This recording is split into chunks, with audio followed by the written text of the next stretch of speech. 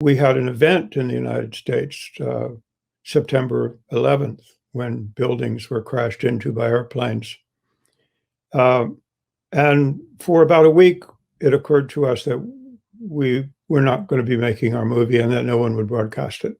I've always been a writer, and I've only been a Muslim for about 30 years. So after the Hajj, my Hajj in 1990, I wrote a book about it. Criticism of Islam in the media.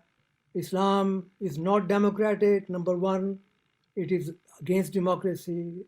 Islam puts down women, and Islam is full of terrorists. That was 1492. We have records of Muslims being in Florida and Texas and in New Mexico. Those are three of the southern tier states of the United States. We have records of them being there in 1530. That's a long, long time ago. It is a pleasure to welcome Michael Wolff on our Danish TV Pakistan program today. The title of the program is Positive Muslim Images in US Movies. By way of introduction to our viewers, I would like to say that Michael Wolff is a prominent American filmmaker and author. He is the co-founder, co-producer of Unity Production Foundation. The unique aspect of this foundation is that it is probably the only foundation in the country that makes movies, documentaries that reflect Muslims positively. And another very special feature of his work is that his movies are seen by political leaders in the country. I remember that when she was Secretary of State, Madeleine Albright, she saw the documentary called Inside Islam, and I believe it was screened in the White House. And this is what she said after watching that documentary. She said that there are too many opinions about Islam, not enough facts. And she recommended the American people to watch that documentary.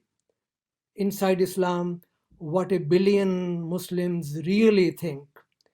So I think that is really an important aspect, because if you can create movies and the important people, decision makers, don't watch it, then the impact is lost. So some of the titles of his movies I can share with you, starting with the Holy Prophet, peace be upon him, Muhammad, Legacy of a Prophet, shown worldwide, very popular. Second one I mentioned earlier, Inside Islam, What a Billion Muslims Really Think. Islamic Art, Mirror of the Invisible World. The Sultan and the Saint. Enemy of the Reich. Enemy of the Reich has some Pakistan link also, because the heroine in the movie is Noor Inayat Khan. She is the daughter of the founder of Sufism in South Asia, Inayat Khan.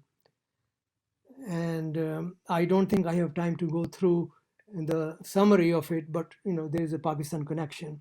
And Michael will tell you himself another very important connection with the casting of a current movie, Lamia's Poem. So the other couple of movies I have time to mention are Cities of Light, The Rise and Fall of Islamic Spain. His latest work that is now being done is Lamia's Poem. It has a connection with Rumi, as I mentioned, the great Sufi whose name needs no introduction in Pakistan. In fact, Rumi is the most popular poet in America. He's the most read poet in America. So besides the movies, Michael has written several books. I will mention only three of them. One of them, which I have used in my own teaching, is called Taking Back Islam. This was necessary to write so that the mainstream Muslims can rescue Islam from being hijacked by a handful of extremists. After 9/11, the image of Muslims and Islam was, of course, extremely negative. So it was in that climate that Michael has been working and has been producing his wonderful work, the movies. So that was one book that I mentioned, Taking Back Islam. The second book is called The Hajj, and the subtitle is An American's Pilgrimage to Mecca. The third book is titled 1000 Roads to Mecca. So I am going to stop here because Michael asked me not to mention too much about him, just to talk about the foundation. And I'm going to start asking Michael this question. Start with this question. Please tell us how your foundation, Unity Productions Foundation, originated, how it came into being. Well, thank you, Jabbar, for having me on Danish.pk. Pleasure. Salam alaikum, everyone. I've always been a writer, and I've only been a Muslim for about 30 years. So I became a Muslim in 1989, and then I realized if I was a Muslim, I could make the Hajj, which I had always been fascinated by. Even before I was a Muslim, I had read some travel books about it. So after the Hajj, my Hajj in 1990, I wrote a book about it. It's this book. This is a paperback version of it. I spelled it with a D. Oh, sorry, I spelled it with a D because I wanted people in the Middle West and in the Southwest in the United States, where a lot of Spanish is spoken, to pronounce it correctly. So I used a spelling that would look like Hajj to the readers who were not Muslim in America. Well, 4 years after that book came out, I boarded an airplane at the Jeddah airport. I was there. I had made an Umrah, and I was going home. And I found myself sitting next to an American, a stranger, and we struck up a conversation. And as it turned out, he was a Muslim too, which surprised both of us a lot, because I look like I do, and he looks more or less like me too. And in 1990, it wasn't often that you sat down on an airplane next to someone in that situation and discovered that they were also Muslim. So we talked all the way home. And he had, it turned out, read my book. So he was a writer. We got along really well. And he is and has been for 20 years my co-producer and co-executive director for Unity Productions Foundations. We've made all these films together, the two of us, and we talk every day. So it was a partnership not made in a boardroom. I think it was made in heaven. Alhamdulillah. Well, we stayed in touch for some, thank you. Yeah, it's the absolute truth. We stayed in touch for some time. And of course, we always, talked about what we might do together. Neither of us knew very much about making movies or about television, except to go to them and watch them. But we learned. It's just another form of storytelling, really, but you can reach millions of people all at the same time. So it has its attractions. We decided of the subjects that we had tossed around that really the best idea would be to tell the story of the Sirah, the story of the Prophet Muhammad, peace be upon him. And we began to do that. And I would say that we ran into a certain amount of difficulty finding a broadcaster and a lot of compassion and sympathy and generosity in the American Muslim community to produce and broadcast nationally such a film. Right in the middle of it, as we were making the movie, well, no, I should say toward the end of it, it was really the last quarter of the film, we were pretty much finished. We had an event in the United States, September 11th, when buildings were crashed into by airplanes. And for about a week, it occurred to us that we were not going to be making our movie and that no one would broadcast it. And about a week later, it began to dawn on us as the smoke cleared, literally, that this film was more important than ever. That an actual story that told some facts about the foundations of Islam and the Prophet Muhammad, peace be upon him, would not only be very valuable at that moment, but it would be watched by millions of people who were very curious to know more about Islam than they were learning about this very small, very divisive, very violent group that had caused all these problems in my country. So we continued, and the film was broadcast on PBS, our public broadcasting system here in the United States, nationally on 300 and some channels, and everybody watched it all at the same time. Millions of people watched the story of the Prophet Muhammad and of his generation and of the Hijra to Medina, the whole story. It was a 2-hour documentary, very rare on American television to allot 2 hours to anything. So we were very moved actually by that reception.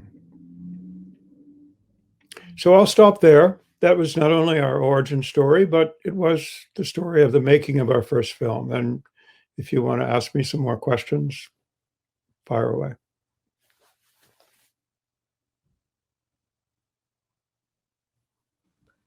Most people don't really know that many of the movies that are made by you are screened sometimes for 6 weeks together in universities and college campuses. I myself used Legacy of a Prophet, and I always get extremely positive feedback on all of your movies. I've shown that in the course on Islamic civilization. I've shown that movie you mentioned. I've shown Prince Among Slaves, which you may refer to later if we have time. And I've also shown the Islamic art documentary. So all of them are really wonderful and very well received by the highest echelon in the academia. So I think that's not only popular but also academically very welcome. Moving on to my next question, Michael, it would be good to know about your struggle, your own jihad, in trying to put your first movie on the TV. Was it something that came easy, or was it just an uphill battle for a long time? Well, we were learning to make a movie, number one. We were making a movie involves, well, you've seen credits at the end of a film. There are 300 names there. They're doing all sorts of technical and creative things, including acting, but also editing and the sound and every conceivable aspect you can think of, lighting and feeding the actors. There are really hundreds of people involved in any movie that you make. So we became filmmakers, but we also became administrators um, of all of this activity. And that was during the week.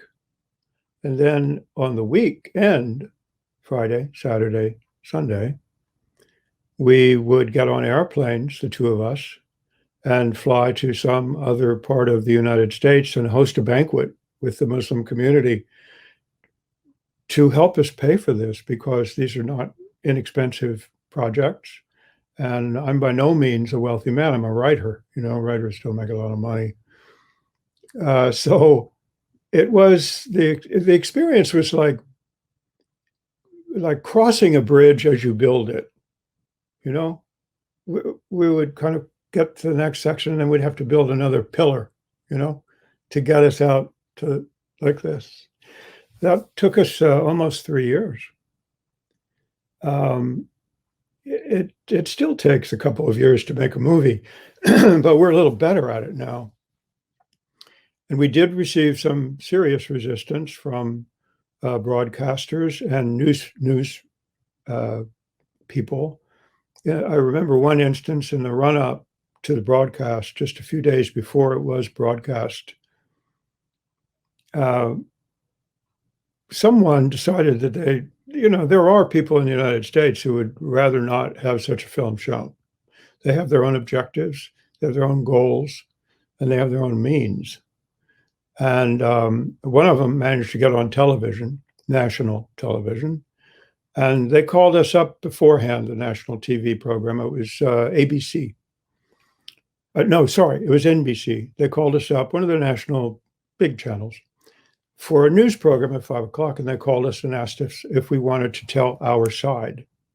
But we discussed it, and we decided we didn't, that we weren't going to defend ourselves against a hack who is attacking us on really incredible grounds, I would say, not credible grounds, in order to accomplish his goals, which were, I suppose, to make more room for his own party or something. I don't know what his goals were, but he was rather nasty. He suggested that I should go to jail for using some of the grant money that came from our National Endowment for the Humanities, for example. I mean, that's how low he stooped. And because we didn't, it was very fortunate that we did not go on the television. They found someone else. They found a Muslim who was very eloquent. And in the beginning of his interview, he said, well, we all know who this guy is. We see him all the time. Whenever the Muslims do something good, this guy shows up and says it's bad. So he really demolished this man's argument. And in the meantime, on national TV, the night before our broadcast, they showed clips of the movie, 15-second, 20-second clips. And they showed all the very prominent moments in the life of the Prophet Muhammad. So millions more people were invited the next night to see the movie by this very unpleasant man who tried to attack us. He drew attention to the film, but in the wrong way. And we had, as a result, an enormous audience. So I learned something from that if you don't rise angrily to poor criticism, to defend yourself when you really don't need to defend yourself, sometimes, alhamdulillah, it will work in the favor of what you are trying to do. So there are many lessons, working in the public sphere.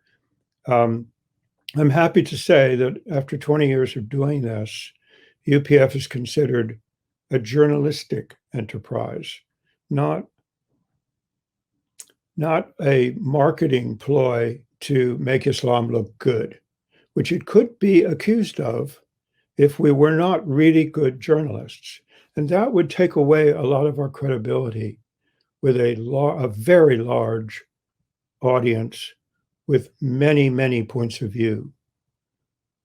That's the nature of American television and the nature of the American society. And that's the pond in which we swim. So we have been able to maintain a reputation as journalists, reporters. And that has made all the difference, really, for our films and for getting such large audiences, and then being able to tell them true stories about Muslims. The participation of hundreds of thousands of Muslims on the Allied side in the Second World War, which is a story that's been buried in the West. We were able to tell that story on national television. Now there's been an actual feature film is being made of that story. You see, if you plant a seed, things start to happen. You can actually change the way people think and feel. So I use that as one example of how, if you tell the real story of these hundreds of thousands of volunteers from India, from Algeria, from colonized countries who nonetheless came to the rescue of the Western nations during the Second World War, the biggest war that's ever happened on this planet. And a lot of them lost their lives. And the story that we told about Noor Inayat Khan showed one Muslim, when you want to tell a story, you want to strike people's hearts. And to strike people's hearts, you need to tell them about one person who's representative of many, many, many more. So we were able to tell the story in such a way that people got it. They realized the sacrifice that hundreds of thousands of Muslims made to protect the European nations from the Nazis. I'll stop there. That's a wonderful success story, I must say, but not without many, many challenges overcome with your constant, sustained effort. Yeah. I remember right after 9/11, there were a lot of problems teaching the course that I had designed on Islamic civilization. People who signed up, they wanted to know if there's anything good about Islam. And I remember criticism of Islam in the media. Islam is not democratic, number one. It is against democracy. Islam puts down women, and Islam is full of terrorists. So I remember just getting hold of your one documentary, showing it. And you won't believe it, how much impact, positive impact it had, because the documentary did not give opinions. I think it was probably the largest gathering of polls. I'm talking about inside Islam. So you covered almost Muslim Islam globally, and you brought facts. I think that approach you mentioned has been very, very effective. Facts, and then that's the way to proceed. Now, moving toward the end of our program, we don't have too much time. I would like to hear your report on the most current projects that you are engaged in. Sure. Yeah. I can talk about them more easily, I think. There's a whole generation of Muslims who were not alive in the time of 9/11. We're talking old history now, so we should talk about some new history, because we're living in a different time now, where we are living with the results of that event, and we are also living in a different time. So we've worked on two projects recently, and this is part of our. I'm not quite sure how to talk about this as a success, or as we've just managed to get lots of people to watch our movies, and sometimes can even change minds. Um, but part of the reason that our formula works is that we spend a lot of time choosing the next subject, the next topic, what the next movie is going to be about. So our two efforts, one of which is finished, um, and one of which we're just about to begin on, I'll explain to you a little bit about. Lamia's poem refers to a 12-year-old migrant refugee girl from Syria, a character that we modeled on about 200 biographies of 12-year-old Syrian girls fleeing Aleppo. We kind of put together a representative story from all of these stories that we read. And the other story that we read at the same time as the Syrian refugees were really ramping up, where millions of people were fleeing the country when we began to think about this. We looked around the world and we realized it wasn't just Syria, of course. So many countries, people are fleeing either war or chaotic government or um, persecution of some sort or another. And they're fleeing to stability, or what they hope will be stability. So when we made this film, we realized that 800 years ago, this is not a new story. It's new to us, in this formula of the immigration crisis of 2016 to today. But it is not a new story. And we realized that the great Sufi poet, Persian poet, Rumi, Jalaluddin Rumi, was also fleeing chaos and war, not civil war, but war. And so we looked at his work again. He is, as Abdul Jabbar said, the best-selling poet in the United States. Pretty good after 800 years, and there's a reason. Much of his well, there are many reasons, but one of his reasons is that it's his poetry, if you look closely, is rooted in the dissociated soul, the soul that has been separated from God, and how to get it back, how to get home again. It is not only a metaphor, it's a formula for like a passport in a certain way, his poetry. So we thought, since we have this young girl as a character, how about young Rumi before he formulates all of this? And we do know some things about him as a young boy. His father kept diaries on their travels when they were fleeing from Balkh.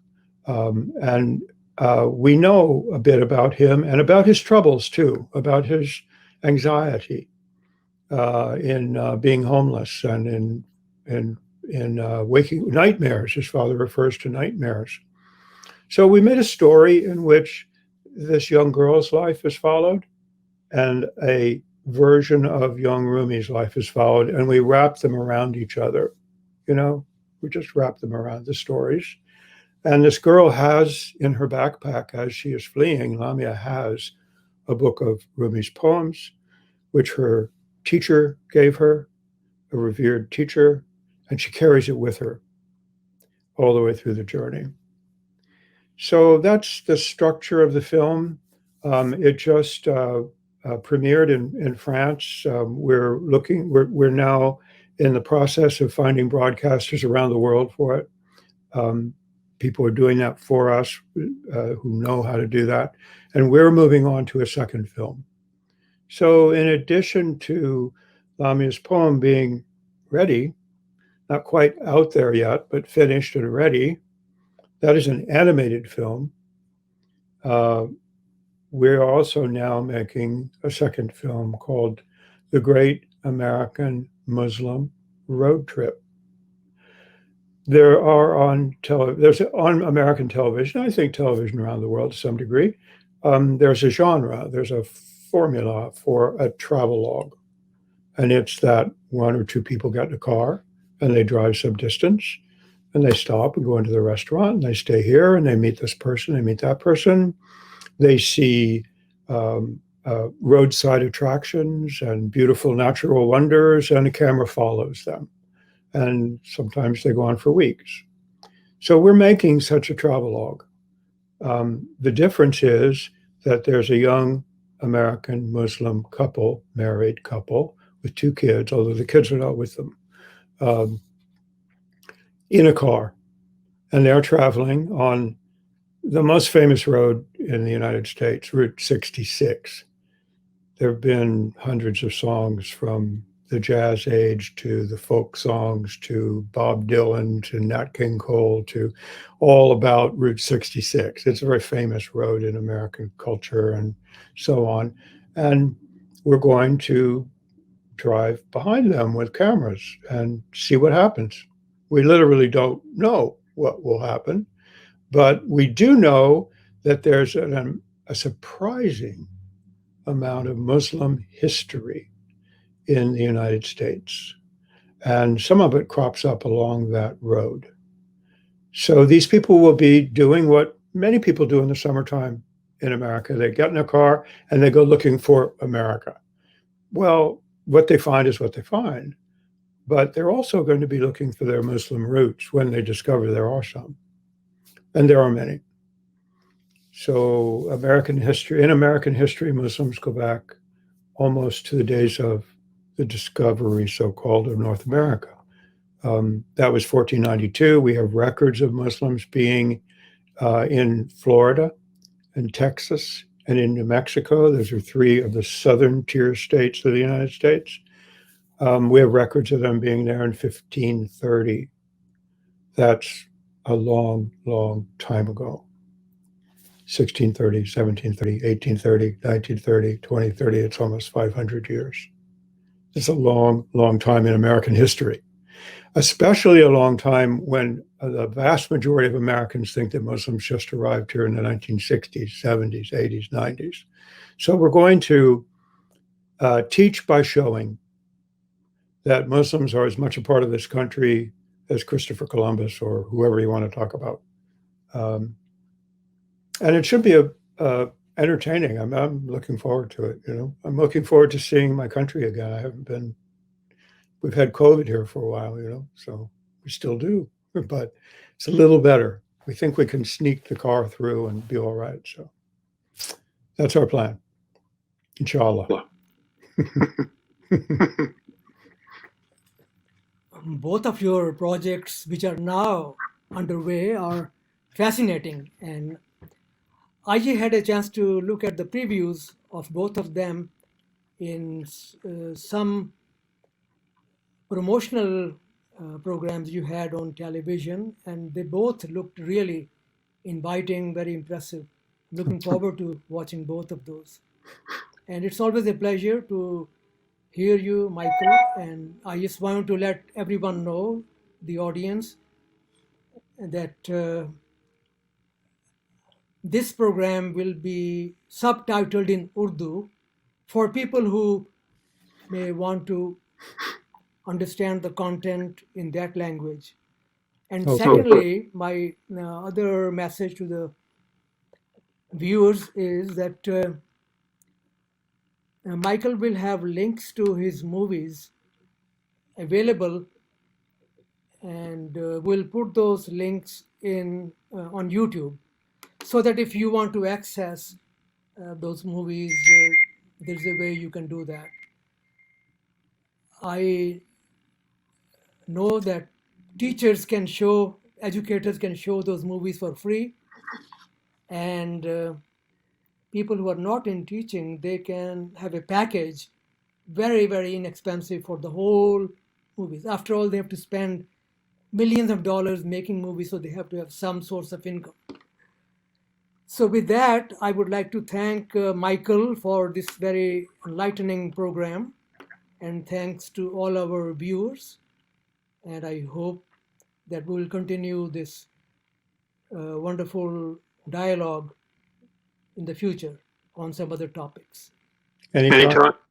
Thank you.